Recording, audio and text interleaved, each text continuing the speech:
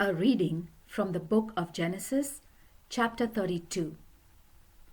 As Jacob went on his way, some angels met him. When he saw them, he said, "This is God's camp." So he named the place Mahanaim. Jacob sent messengers ahead of him to his brother Esau in the country of Edom.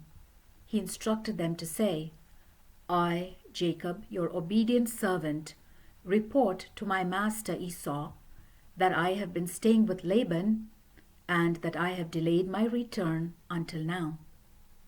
I own cattle, donkeys, sheep, goats, and slaves. I am sending you word, sir, in the hope of gaining your favor." When the messengers came back to Jacob, they said, "We went to your brother Esau, and he's already on his way to meet you. He has 400 men with him." Jacob was frightened and worried. He divided into two groups, the people who were with him and also his sheep, goats, cattle, and camels. He thought, if Esau comes and attacks the first group, the other may be able to escape. Then Jacob prayed, "God of my grandfather Abraham and God of my father Isaac, hear me. You told me, Lord, to go back to my land and to my relatives, and you would make everything go well with me. I am not worth all the kindness and faithfulness that you have shown me, your servant. I crossed the Jordan with nothing but a walking stick, and now I have come back with these two groups. Save me, I pray, from my brother Esau. I am afraid that he's coming to attack us and destroy us all, even the women and children. Remember that you promised to make everything go well for me and to give me more descendants than anyone could count, as many as the grains of sand along the seashore." After spending the night there, Jacob chose from his livestock as a present for his brother Esau 200 female goats and 20 males, 200 female sheep and 20 males, 30 milk camels with their young, 40 cows and 10 bulls, 20 female donkeys and 10 males. He divided them into herds and put one of his servants in charge of each herd. He said to them, "Go ahead of me and leave a space between each herd and the one behind it."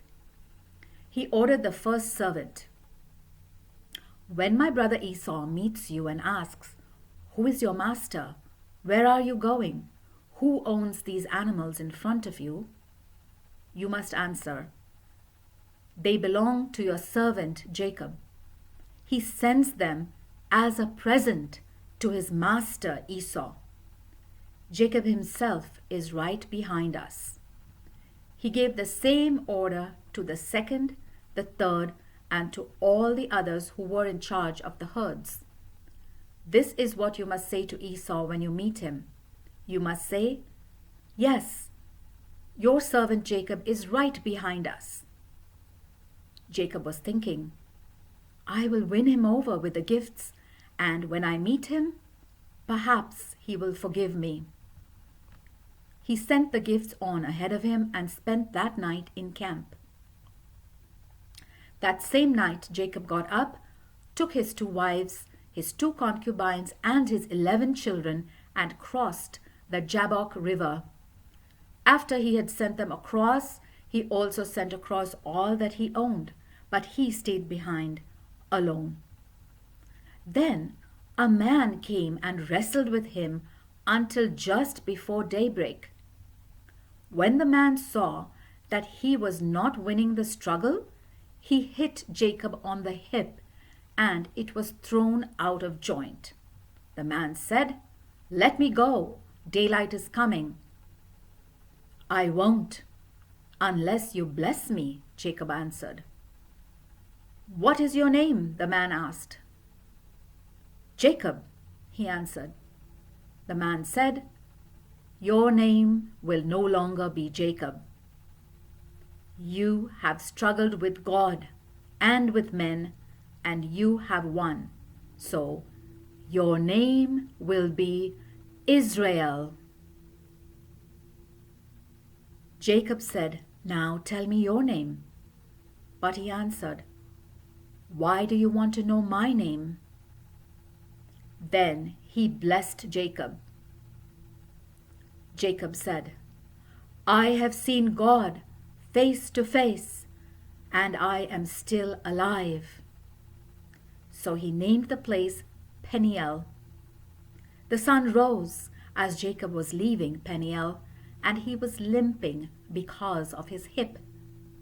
Even today, the descendants of Israel do not eat the muscle which is on the hip joint, because it was on this muscle that Jacob was hit. The word of the Lord.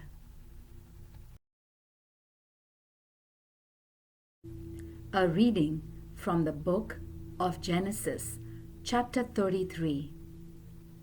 Jacob saw Esau coming with his 400 men, so he divided the children among Leah, Rachel, and the 2 concubines. He put the concubines and their children first, then Leah and her children, and finally Rachel and Joseph at the rear. Jacob went ahead of them and bowed down to the ground 7 times as he approached his brother. But Esau ran to meet him, threw his arms around him, and kissed him. They were both crying. When Esau looked around and saw the women and the children, he asked, Who are these people with you? These, sir, are the children whom God has been good enough to give me, Jacob answered. Then the concubines came up with their children and bowed down. Then Leah and her children came, and last of all, Joseph and Rachel came and bowed down. Esau asked, What about that other group I met? What did that mean? Jacob answered, It was to gain your favor. But Esau said, I have enough, my brother. Keep what you have. Jacob said, No, please, if I have gained your favor, accept my gift. To see your face is for me like seeing the face of God, now that you have been so friendly to me. Please accept this gift which I have brought for you. God has been kind to me and given me everything I need. Jacob kept on urging him until he accepted. Esau said, Let's get ready and leave. I will go ahead of you. Jacob answered, You know that the children are weak, and I must think of the sheep and livestock with their young. If they are driven hard for even one day, the whole herd will die. Please go on ahead of me, and I will follow slowly, going as fast as I can with the livestock and the children until I catch up with you in Edom. Esau said, Then let me leave some of my men with you. But Jacob answered, There is no need for that, for I only want to gain your favor. So that day Esau started on his way back to Edom. But Jacob went to Succoth, where he built a house for himself and shelters for his livestock. That is why the place was named Succoth. On his return from Mesopotamia, Jacob arrived safely at the city of Shechem in the land of Canaan and set up his camp in a field near the city. He bought that part of the field from the descendants of Hamor, father of Shechem, for 100 pieces of silver. He put up an altar there and named it for El, the God of Israel.